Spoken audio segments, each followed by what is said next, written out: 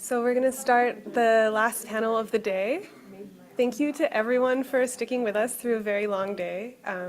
But we also, I think saved one of the best for last, so I'm very excited. So this is a panel on trauma-informed ways of reporting. And it's moderated by the wonderful Tahiat Mahboob, who is a multimedia journalist who's worked for a whole bunch of different publications and whose work spans Bangladesh, America, and Canada, and focuses on covering underreported communities and educating storytellers from marginalized groups. So I'll pass it over to Tahiat. Thank you, Vivian. Hi, everyone. Thank you for coming today. Welcome to Reporting Accurately on Trauma and Lived Experience. My name is Tahiat Mahboob. I'm an independent journalist, and I use she, her pronouns. For those of you who need it, I'm a South Asian woman with shoulder-length black hair. I'm wearing a maroon top, and I'm sitting with my laptop in front of a Carleton background and a massive screen behind me. We are honored to have three stellar guests join us for this discussion, and in a minute, I'm going to ask them to introduce themselves. But before we begin, I want to make sure that we're all starting this conversation with some grounding information. So lived experience and trauma is a vast topic. When I was approached, I said we could have a whole conference about that for 7 days. So with that, I'd like to share a brief definition of trauma to get us grounded. According to the Center for Addiction and Mental Health, trauma is the lasting emotional response that often results from living through a distressing event. Experiencing a traumatic event can harm a person's sense of safety, sense of self, and ability to regulate emotions and navigate relationships. And just to make sure that we're considering the full spectrum of what we mean when we say trauma, according to the Center for Healthcare Strategies, experiences that may be traumatic include physical, sexual, and emotional abuse, childhood neglect, living with a family member with mental health or substance abuse disorders, sudden unexplained separation from a loved one, poverty, racism, discrimination, and oppression, violence in the community, war, or terrorism. And one that's not on this list, but I'm going to add to it, is natural disasters. And given that vastness, instead of focusing on specific types of lived experience and trauma, in this panel, we're going to touch on individual and institutional considerations, practices, and frameworks when engaging with sources. And just keep in mind that rather than being prescriptive, I hope this panel will inspire everyone here in the room and everyone online to think about how you can adapt, adopt, and apply what our panelists share in their own reporting in newsrooms. Just a quick warning, our discussion may touch on sensitive topics that may be triggering, so please take care. With that, I would like to welcome our three guests, Saima Desai, McKeon, and Jackie Wong. And I'm going to throw it to them. Can each of you tell us about yourself and the work you do? And I'm going to start with Saima. Sure. Thank you so much, Tahiat. And thank you for the invitation to be here. My name is Saima. I use she and her pronouns. A visual description: I'm a South Asian woman in my 20s. I'm wearing gold-rimmed glasses and a purple turtleneck and sitting in my office with a big poster of a Briarpatch cover from like the 90s behind me. I'm the editor of a magazine called Briarpatch Magazine. I've been the editor for about 4.5 years now. Briarpatch started back in the 70s as a poor people's publication. It was a newsletter by and for poor people in Saskatchewan to talk about changes to welfare and social assistance and oppression and poverty. And it's since grown into a national magazine. We cover grassroots social movements and politics. We have won some national magazine awards. We also cover the labor movement extensively, but focus mostly on social and environmental justice. And I was also an advisor on the Truth in Journalism project. So I read through the fact-checking guide, which I think is excellent. And Briarpatch, for many years, has fact-checked our journalism. We take a lot of pride in very diligently fact-checking all of the articles that go in the magazine. and we do this on a shoestring budget of a nonprofit magazine. Thank you, Saima. Next, I'll ask Loren, if you want to go next. Thank you. So my name is Loren. I use she, her pronouns. And a visual description is I am in my late 30s and I'm wearing a white shirt and very big green earrings. And I'm sitting in an office with lots of stuff going on behind me, including a small view of Toronto and some yellow furniture in my office. I am newly the deputy editor of Toronto Life magazine. Probably, I'm still measuring in weeks and not months, so that will give you an idea of how long I've been here. My background is I've worked at other magazines before that, including deputy editor of Reader's Digest. I've also worked at The Walrus, and for many years I was editor of this magazine, which is another independent magazine in Canada. What else? And I would say that a lot of my own reporting focuses on sexual trauma, including my own. And I'm also the author of a few books on feminism and feminist politics in Canada. Thank you, Loren. And finally, Jackie. Hi, everybody. Nice to be here. Thank you, Tahiat, for hosting us. And hello to Loren and Saima and everyone here on the panel. You'll see that I'm sitting in the sun on Musqueam, Squamish, and Tsleil-Waututh territory, known as Vancouver, BC. Sorry about the brightness. I didn't realize that the position of the changing season sun would create this kind of glare here, but I hope that you'll bear with me. I am a Chinese woman in my late 30s, and probably the strongest thing you'll see is this glare on the screen. But I'm wearing a pink shirt, and I'm sitting with a white walls of a room in the background, and there's a bookshelf beside me. You might hear some sounds of my cat in the background trying to get out of the room. I use she and her pronouns, and I work as the senior editor with the Tyee, which is a news magazine for BC that was founded in 2003. And we're online at thetyee.ca. Thank you, Jackie, and thank you all for those wonderful introductions. So I'm going to get us started with what I think is a fairly easy question. So when you're working on stories that involve trauma and lived experiences, how do you prepare in advance to accurately report and fact check the piece prior to even speaking with the source? We'll start with Loren this time. Sure. So to prepare prior to speaking to the source, of course, I would do my research and read everything the source themselves has written about their experience and, other stuff that is written about the source. But honestly, like a lot of my preparation is actually a conversation and an open conversation with the source before the interview happens, usually off record, just so they can ask me anything they want about the process and so that I can explain the process to them as well, including the interview process, the fact-checking process, what they would feel comfortable with, for the interview. It could be as simple as them wanting to do the interview in 2 or 3 parts, and wanting to have a conversation on the types of questions that I'll ask.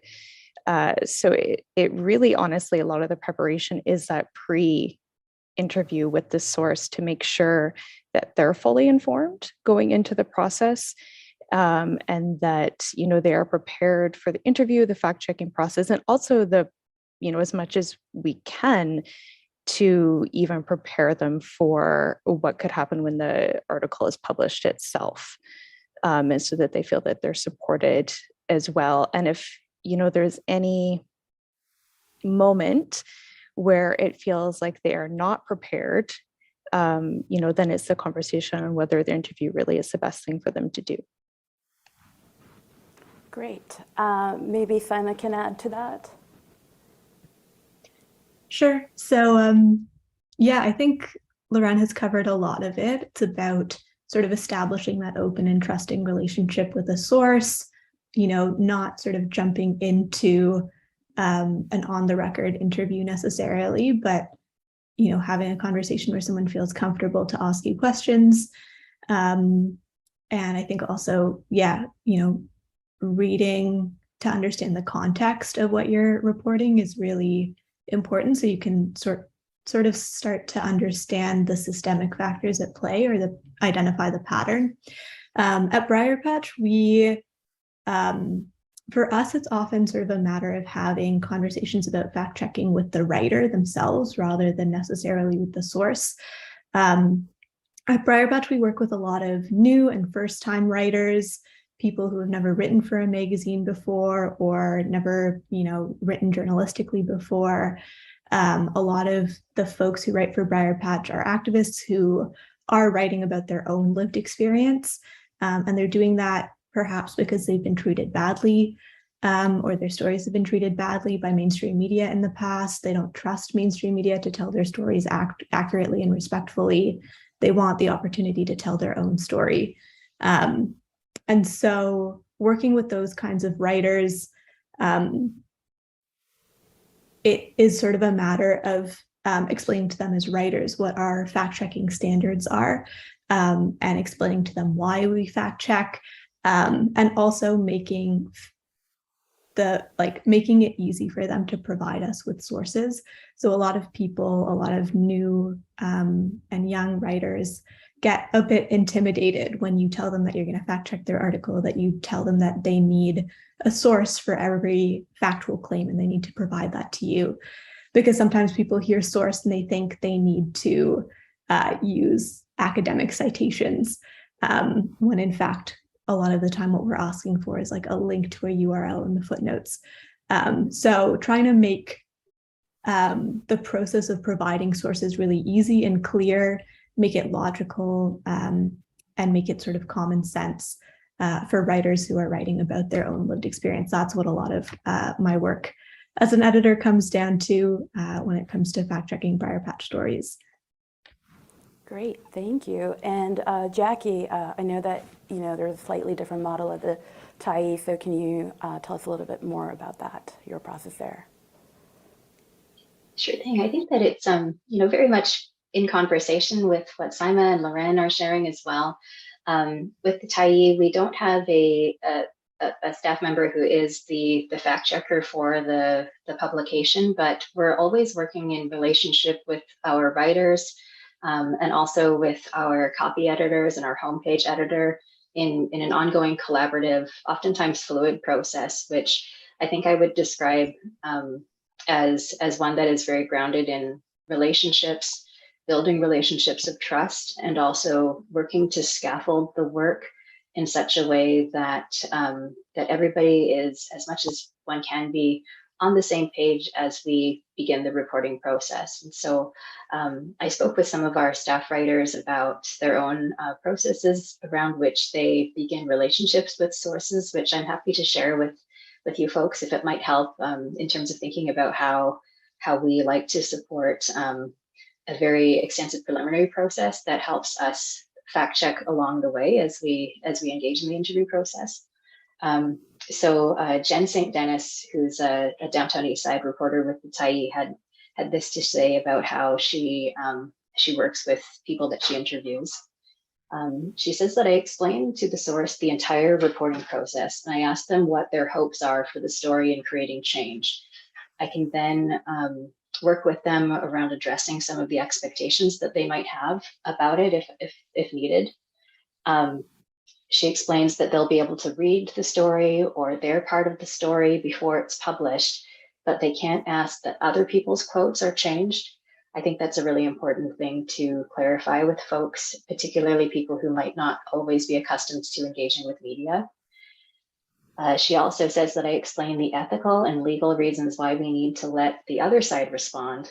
And I also explain how fact-checking their claims strengthens the story so that they can achieve their goals. So we're always trying to work alongside people rather than kind of in a spirit of doing with or doing alongside rather than doing to or having something happen to somebody, particularly in consideration of the fact that a number of people who who share their perspectives in our work are people who've been impacted by the different kinds of trauma that Tahiat was very helpfully speaking about earlier on.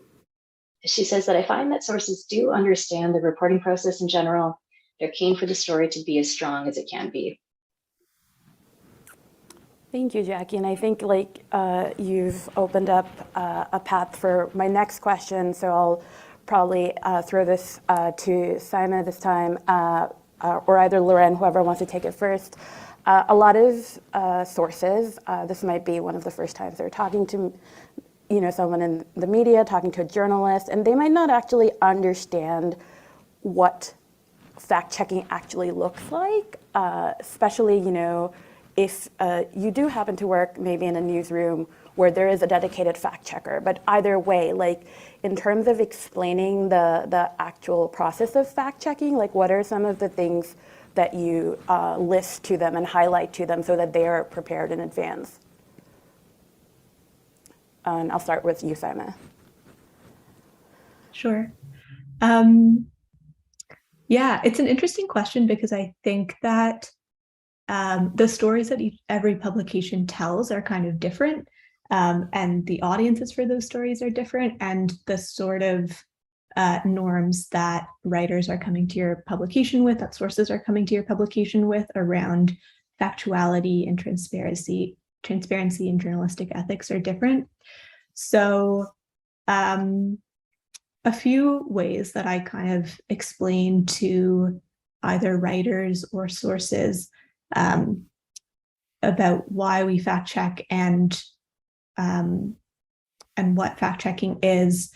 Of course, I tell people about the legality of it. I think an important thing is, Briarpatch is a small publication.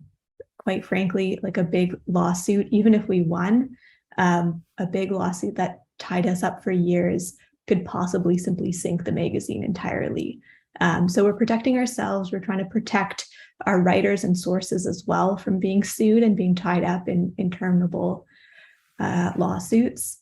I think that a really important part of Briarpatch, and it's kind of surprising for a publication as small as ours, with a budget as small as ours, to have fact checkers to fact check every article in the magazine. But part of the reason why we do it is because there's this long history of left-wing ideas being under extra scrutiny. And whenever you're publishing ideas and commentary that's critical of the status quo, that perhaps is presenting an affront to power, those ideas are much more likely to, it's much more likely that there's going to be people who try and discredit those ideas by saying that it's fake news or it's misinformation or, pointing out errors. So I think a lot of our writers and sources understand that that's a pattern that is, something that activists really commonly experience.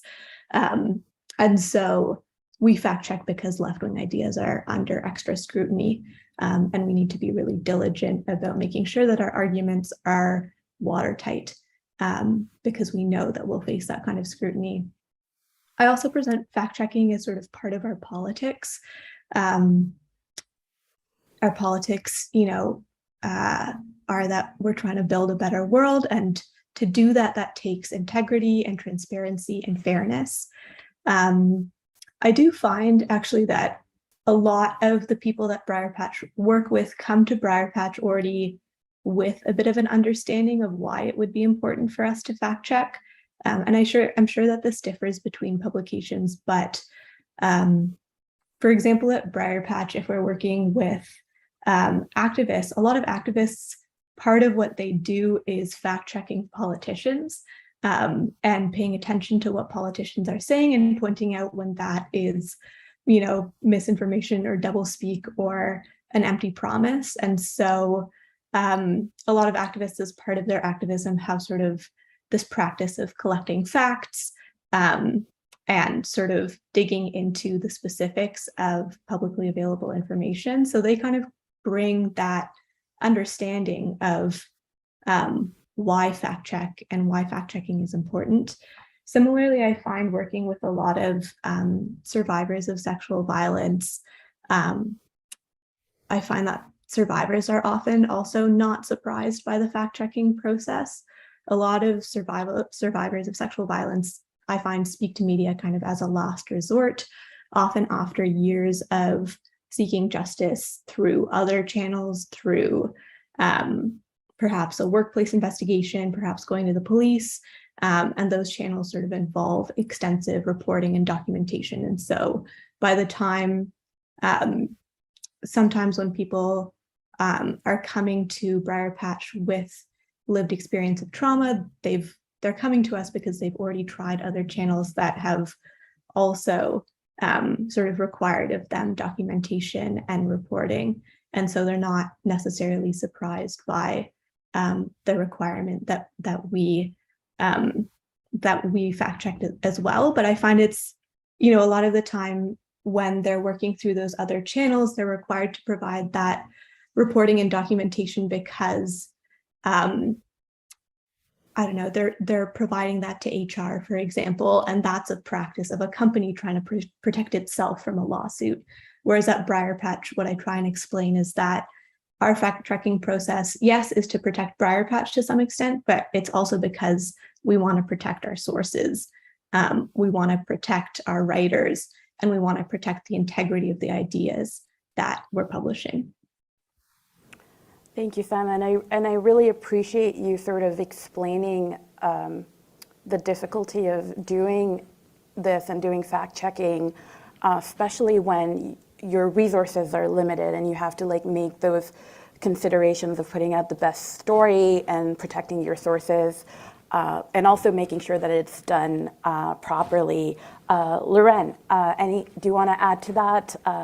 How you explain that process to your sources? Yeah, I think, a lot of the specificities of what I'll talk about with a source will depend on that sort of pre-interview call where, we have that discussion about what they're nervous about and, what the process is. And inevitably, we'll talk about fact checking during that call, but I always talk about it again when it's time for the interview, before the interview takes place.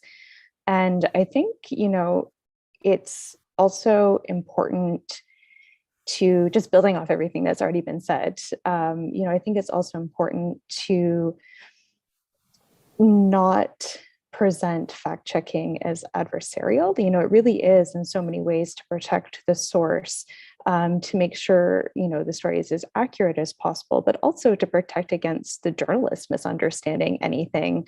And I think, that, is important to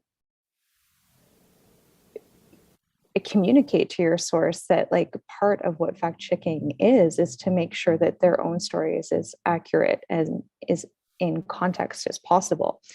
And that includes in case, if I've misunderstood anything, even though I'm doing my best also to absolutely present your story as accurately as possible.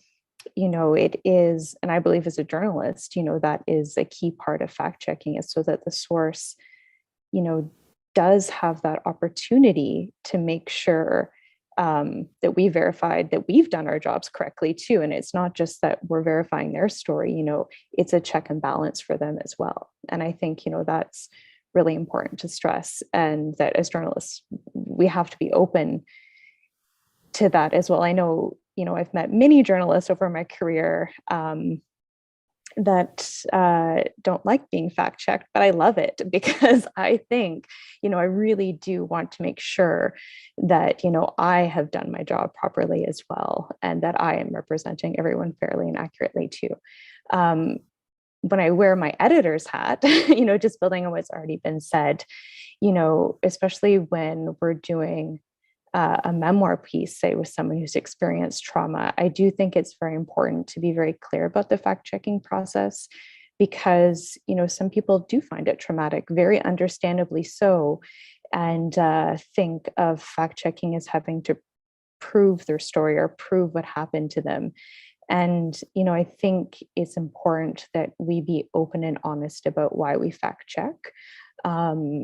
And, usually that involves a conversation with, a potential writer about how, sort of what's already been said, the reality is that these stories are put under intense scrutiny because of politics and political pressure and, people wanting to discredit survivors of trauma, and talking about how, every little fact does matter so that we're protecting them as well. That said, I do think it's up to us as editors to make the right choices with a potential writer, that if that story is going to cause more harm and not fulfill, what they want it to do, or it might be harmful for them in the process, then I think we should, it's not, it's a matter of not choosing the story over the person. I think we need to choose the person and the writer first. And that's all part of the conversation about why fact checking is important and what it will involve. Thank you, Loren. For some publications, the process is you do the reporting, you write your piece, you file it, and then the team goes through it, and if there is a fact checker available to the publication, they will then go and call up the source. But that's not possible for all publications and different types of journalism. So whether you're doing it in that way, where a fact checker is going to follow up after you've already sat down with someone and they've told their story to you, or whether you're sort of doing it in an iterative process, what are the steps that you take to do the verification while minimizing harm? Because you've already gone through the process of someone's told you sort of these lived experiences and traumas they may have experienced. How does that verification process look like? And I guess I'll start with Jackie.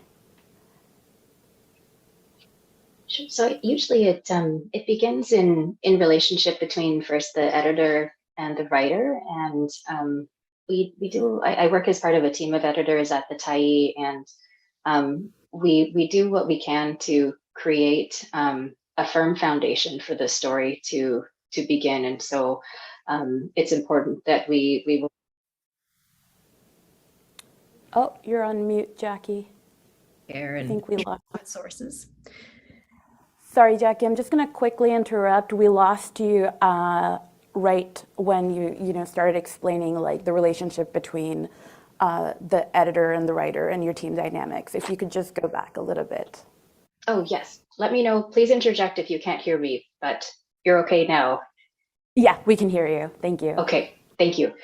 Okay, so it begins first with the relationship between the editors and the writers, and we hope that the writers can then carry out our editorial values and priorities when they're out in the field speaking with people to interview for their stories. And so the fact-checking process is often it rests primarily on the writers with the support of the editors. And so oftentimes we're coaching writers into ensuring that they're asking a source at the end of an interview if it's okay to call them back, to make sure that we're representing them correctly.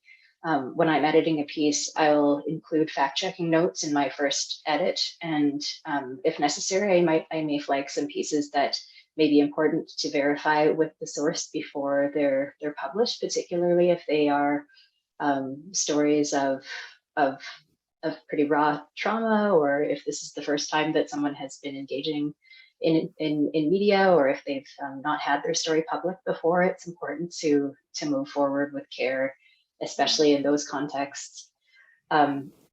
Also, we find, echoing Loren, it's always about working alongside the person who is telling their story, rather than framing fact-checking as kind of like an antagonistic process, or a process in which we're working from a place where we don't believe the person who's sharing what they've shared. And so in speaking with some of our staff writers about this forum, some people I think really helpfully shared, particularly folks who who often are speaking with people who have been disproportionately impacted by the intergenerational trauma wrought by the residential school system, people who've been survivors of sexual violence.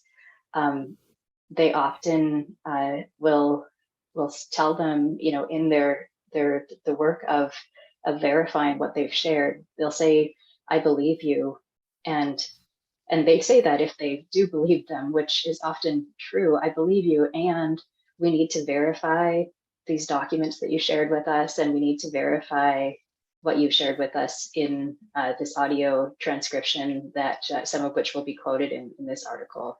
And I think it's important for sources to see that there is an effort made towards them being represented accurately, rather than people receiving the fact-checking process or engaging in a journalistic process that you know, could have the potential to activate more harm if it feels like it's an antagonizing process or a process where people's realities are being denied, which is very much not what we're trying to do when we're writing about people's experiences.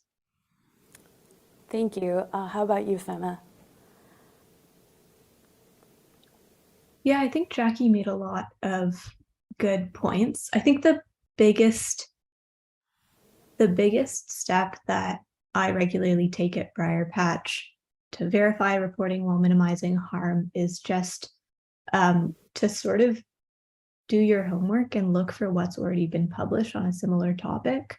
I think this achieves a bunch of different things. It means that if the journalist does this work to understand, you know, what else has already been published about a particular topic, by who, over what period of time, then it means that the person who themselves has experienced the trauma doesn't have to do that difficult and painful work themselves of digging through reports and news coverage to prove that what happened to them does indeed happen commonly.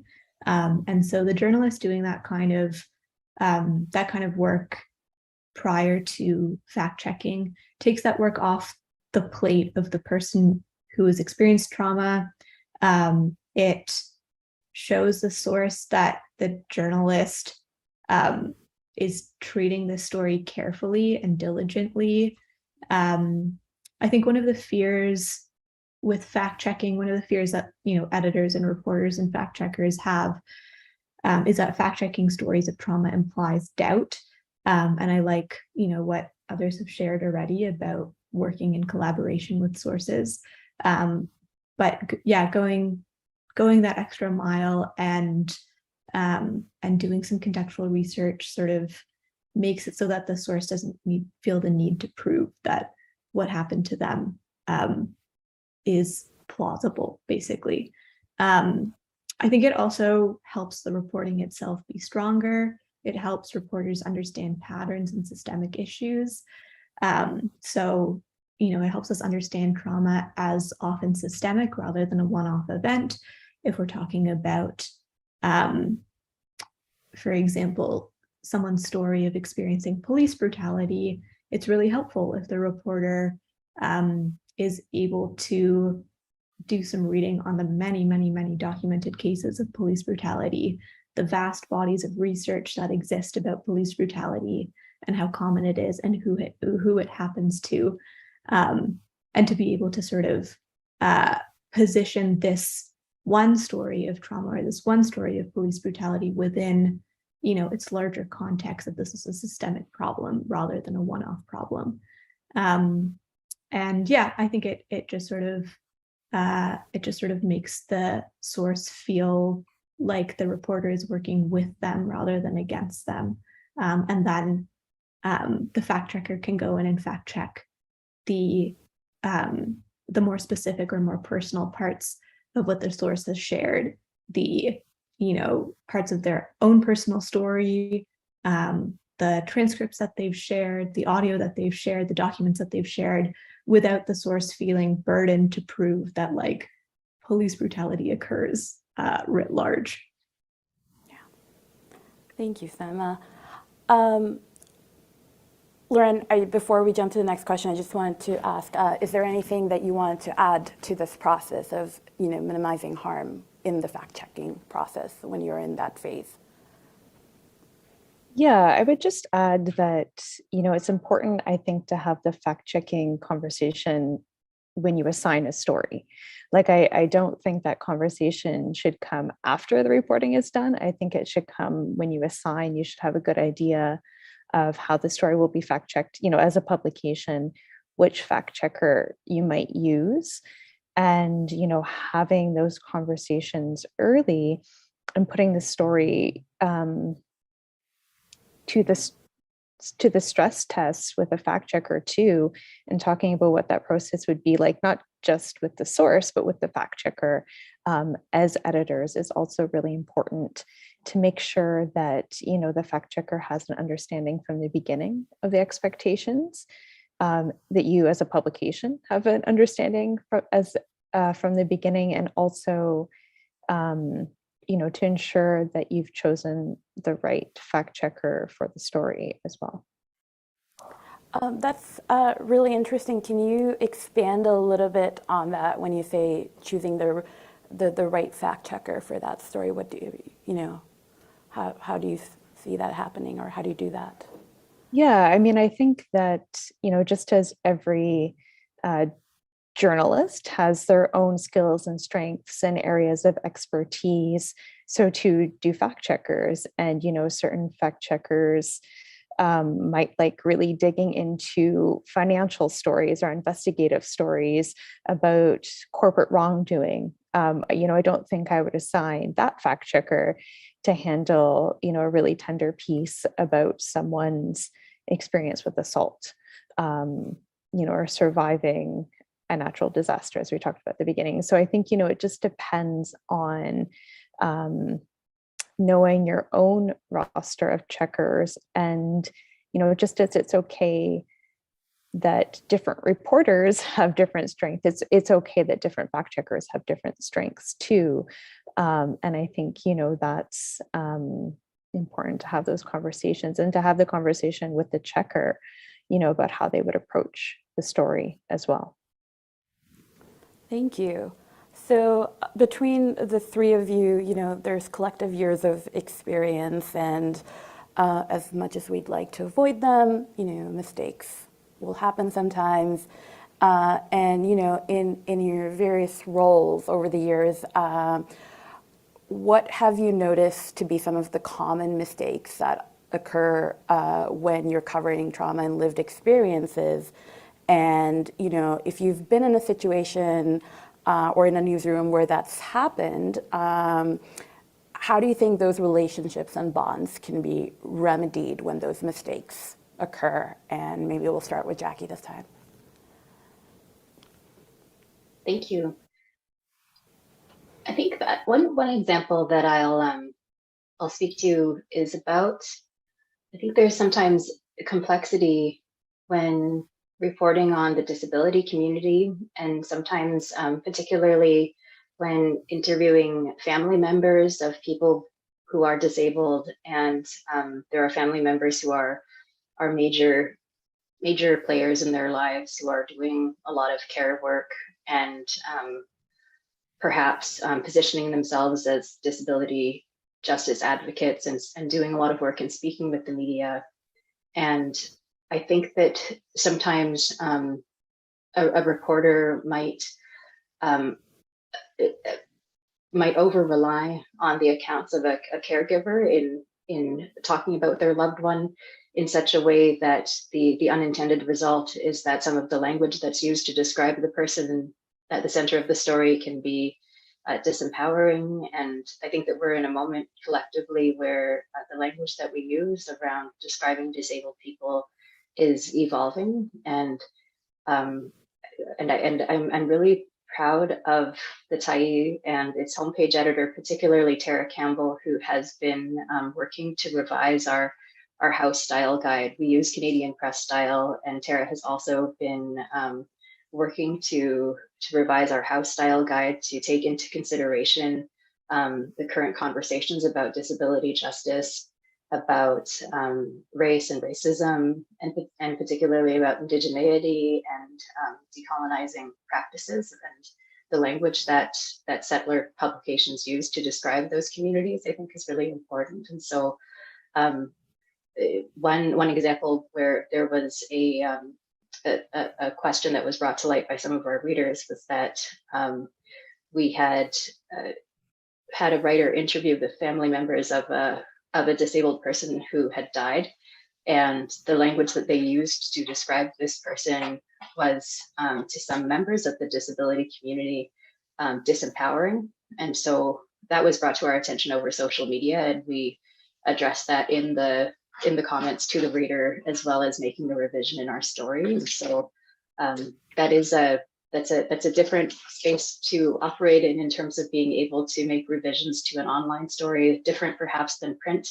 But I think it's always important, wherever possible, to move into relationships of repair and engage in that kind of critical self-reflection that I think is important for growing as a team and continuing to be able to have and be open to those ongoing spaces of reflection, self-criticality, and growth within an organization. And I think that begins with a lot of trust and transparent communication. Thank you, Jackie. How about you, Saima?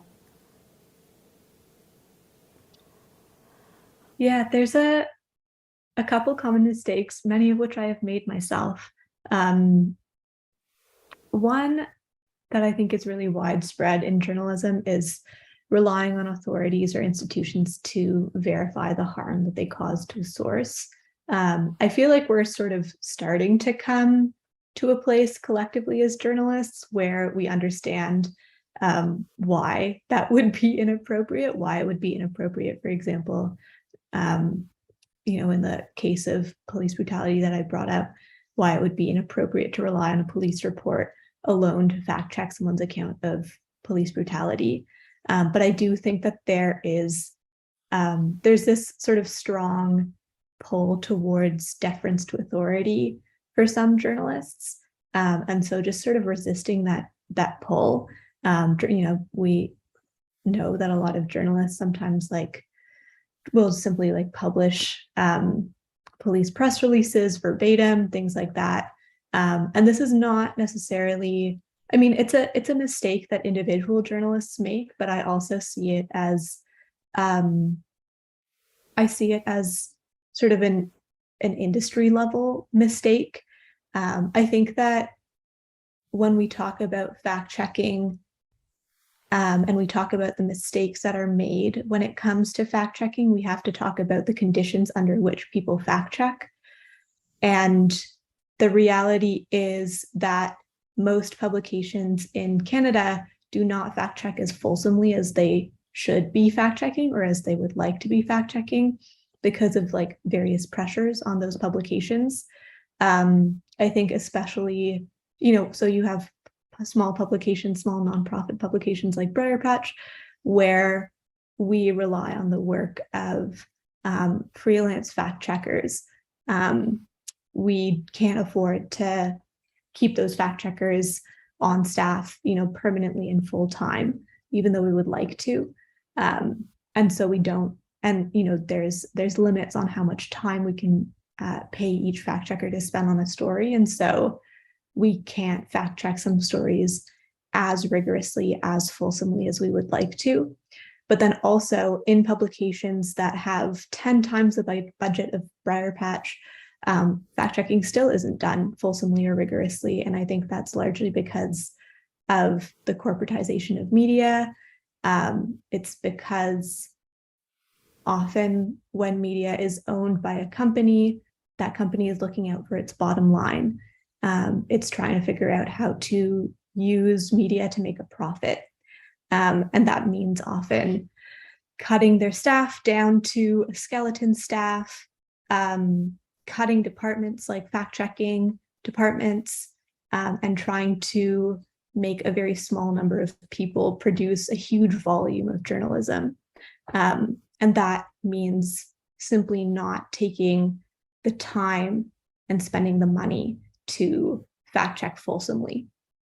So I think that's a big part of the conversation when we're talking about what mistakes occur when covering trauma and lived experience. A lot of the time those mistakes come because fact-checking departments are not properly funded and are not prioritized.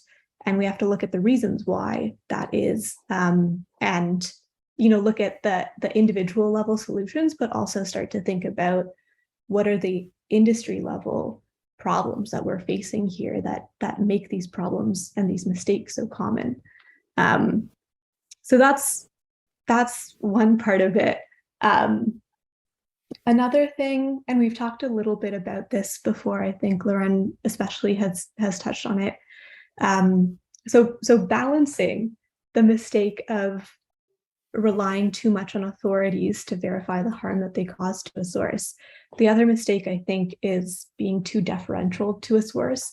And you have to kind of walk this sort of very precarious,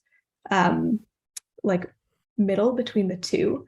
And I think that, so when I talk about being too deferential to a source, I think sometimes what that means is conflating making someone uncomfortable with harming them, with causing them harm or re-traumatizing them.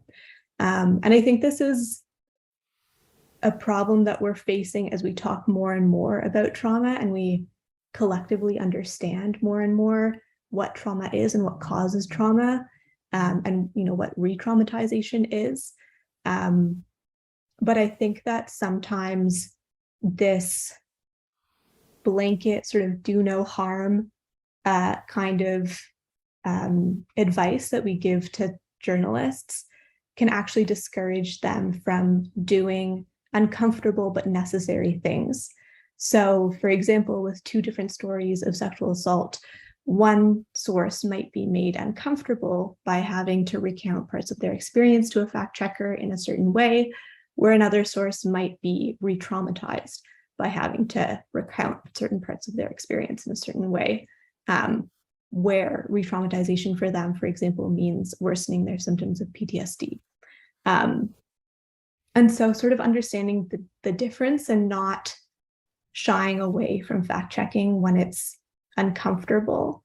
It's certainly a mistake that I've made myself. Like there's stories that I haven't fact checked or asked a fact checker to fact check as fulsomely as I wish that they had, because I was being a bit overly deferential to a source, or I just felt like uncomfortable with prying. But that I wish I had sort of done that due diligence and taken the time to explain to the source and to myself why it was important that we fact check. And yeah, I think this is something that was brought up in the guide itself. But if someone is not ready to have their story fact checked, then understanding that they may simply not be ready to share that story publicly in the media, because fact checking is often the least of the scrutiny that they will face when they go public with their allegations, especially allegations of sexual assault or allegations of discrimination or harassment or abuse from a powerful person.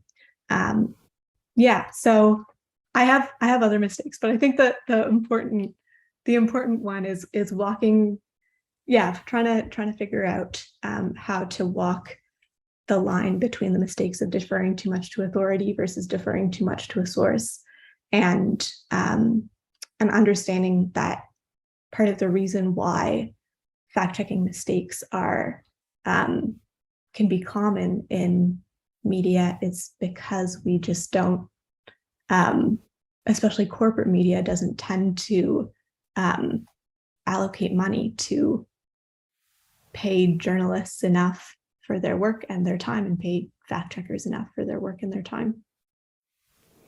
Thank you for parsing that out so well, Saima. Loren, how about you? Any particular observations on common mistakes? Yeah, actually, that was exactly what I was going to say, or the sort of thing I was trying to tease out. And I think you did it much more eloquently probably than I was about to. But I think, that is the trickiest part, is it is walking that line between remembering, respecting, protecting the humanity of your source, but also doing your due diligence as a publication, as a journalist, as a fact checker. And I think, that it can be incredibly difficult to figure out where that line is. It's not always easy to know, because we all also have our own biases and our own experiences that absolutely can play into how much we feel that we can push a source, that we can, put that story under like the fact-checking spotlight and scrutiny, and how much, we might want to, accept it or go a little bit lighter. And I think, that's tricky. And that's why we do have to check our own biases as journalists, as fact checkers, as editors, when we embark on a story. And I think, that it's because I think trauma makes us uncomfortable. Trauma makes, people uncomfortable, and, it should. These stories are difficult, and, there's a reason we want to tell them. So I think, playing into that, a mistake that I think, we can also make is that we can be hesitant about reaching out to the accused in whatever particular story, the person that, is accused of causing the trauma. And I think, that we can also be hesitant in communicating to the source that we're going to do those things. So I think, all of that is part of the transparency and the due diligence that we have to do. And they're not easy questions to answer. And I think, the biggest thing that we can do to mitigate against these mistakes, again, is just have open conversations as editorial teams, and then also with the sources themselves. Thank you. I think all three of you've already touched on a lot of really great, practices moving forward that people can, take away from this conversation. So with that, I'm actually going to open it up for questions. So if you're on Zoom, please drop your questions in the chat. If you're in the room, please wait for the microphone to come to you. If you just raise your hand, we'll walk the microphone over. Anyone? Questions?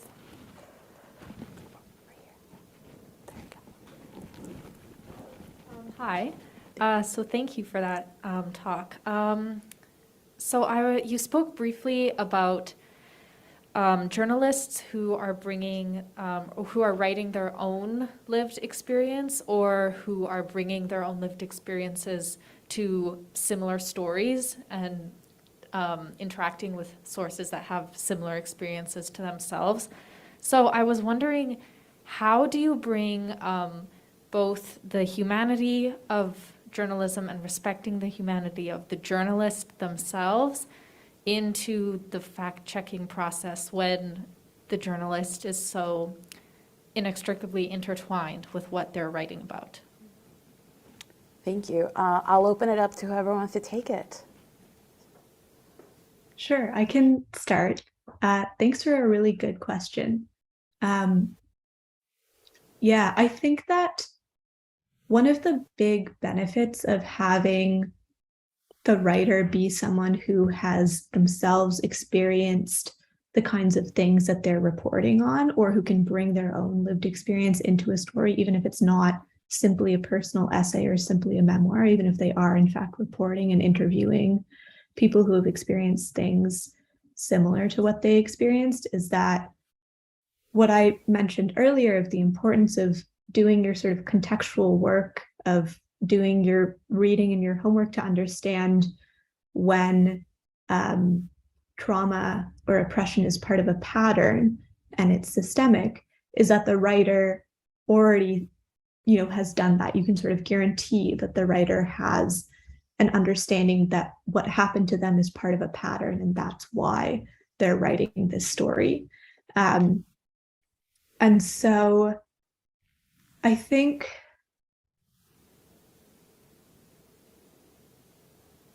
that then, it's helpful because the work of fact checking or of providing sources is sort of split between the journalist and their sources, and the journalist can sort of help when a fact checker doesn't have particular expertise in fact checking the kind of story that this journalist is writing about. The fact checker can talk to the journalist, the journalist can talk to the fact checker about it, and provide a little bit of guidance. Often if someone with a particular lived experience feels ready to report a story about what they themselves experienced and what other people have experienced that's similar to what they experienced, then I find that they're ready and happy to, sort of start having these conversations about how do we report better on this topic. So I'm trying to think of an example that would be helpful here. I think like talking about perhaps like MMIWG, working with folks who themselves have had family members who have been missing or murdered, Indigenous women or girls or Two-Spirit folks, or themselves have experienced being kidnapped or having gone missing for a period of time. Often people write those kinds of stories for Briarpatch because they feel like mainstream media is not doing a good job of covering the topic, and they are like, I could do a better job. Like, I have people who trust me to tell their stories, but who themselves are not writers or who themselves are not ready to write about their own experiences, but who would be ready to share that in an interview with me. So I think just sort of considering the writer as part of the editorial team, even when the writer is writing about their own lived experience, and having those preliminary conversations with them that we would sometimes just have within an editorial team around what fact checker are we going to assign to this, and how exactly does this need to be fact checked, involving the writer in those early conversations. And I think the biggest thing when it comes to trying not to re-traumatize people is making them feel like they have a lot of control over the process. And that's not to say that, you just do whatever they tell you they want to do, but being very transparent about how all of the information that they share with you is going to be used, being very transparent around what is and is not permissible in your publication, being very transparent around what is and is not legal. I think all of that really helps a lot when it comes to being sensitive, working with writers who themselves have experienced trauma. Thank you, Saima. Anything that either Jackie or Loren want to add to that? I'll just add something short and quick. Yeah, I think just building off that, it's important, you can add, you're honest and transparent about your process. And I think, building on the idea of, making the writer feel like they have a sense of control or that they're empowered, I think it's important to say, like, how can I support you? How would you like to proceed? And then so that, I think the most, like the thing that we all know about trauma is that it's incredibly disempowering. So they should feel, once they have all the facts of your process and how it works and all that stuff, they should feel empowered to decide how you can best support them, as opposed to, you just deciding arbitrarily, this is our policy across the board or whatever it is. Thank you. So I've been told that we have 1 more minute left, because obviously this conversation, we could keep it going. So does anyone else have a question?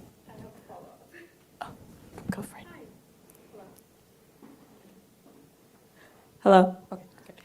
I just have a follow-up to the previous question, actually. So I'm trying to distinguish between when a piece is opinion and when it becomes what we consider traditionally news, right? Because right now we're walking that thin line of truth and accuracy. And on one side, you've got where it's, oh, I'm a journalist, I'm telling my own story. And even though we know that this is a fact, everyone experiences it, because it's an opinion piece, somehow in the eyes of the audience is not as credible. And then on the other side, we've got, oh, I'm a journalist, and I know that other people are going through this, but I'm going to write it as a news story because I want to give it credibility. So I suppose my question is, at what point do you know that an opinion piece is actually a news or a feature piece because it's very much based in the truth of many people, even if it's just one person writing it? Wow. Who'd like to take that one? I'm happy to jump in a little bit. Thank you for that question. With the Tyee, we really strive to produce fact-based journalism first and foremost. And whenever I'm handling opinion pieces, and I tend to edit the work of writers who are coming to us with opinion pieces who may be practitioners, for example, a pair of friends who are currently working in the downtown east side as a social worker and a nurse who wanted to fact check some of the new mayor's promises about hiring 100 police and 100 nurses in the city that actually won. He won the election the other week. And we published a strong opinion piece by them. And I think that one of the things that I always keep in mind when I'm working with people to edit their opinion pieces is that we are always working with the aim of producing as factual and as evidence-based an account as we can. And so we are bolstering their arguments with facts and evidence and existing research. And it still stands as an opinion piece because it's also speaking from their lived experiences as well as their views and their perspectives on what has happened and what might happen. But it's very rare in my own experience to experience a moment of tension where I'm in the middle of an edit and I'm saying, oh, this is turning into a different category of a story than I'm writing. I think that it's important to try to do as much early work as possible in becoming very clear with the writers as well as the other members of the editorial team about the kind of piece that we're producing. And so a news feature would likely be written by a journalist rather than a person who is writing from the ground. Maybe one of those people would be quoted in the news piece, but perhaps the social worker and the nurse can write like a really, really amazing opinion piece, and perhaps in a different context, it would be quoted in the news feature. I hope that helps create the distinction a little stronger. Thank you, Jackie. Before we sign off, is there anything else that Saima or Loren you want to add to what Jackie said? No, I think it was great. I enjoyed learning about how things work at the Tyee. Great. Well, I'm just going to take this moment to say thank you so much for this fantastic discussion. And to everyone who's here, if we could give our panelists a round of applause. And yeah. Thank you so much, Tahiat. That was great. So come back tomorrow. We have another half day of events lined up, and go online and check out the guide. Thank you, Saima, Jackie, and Loren for joining. I really appreciate it. Thank you so much, Tahiat. Bye. Have a good evening.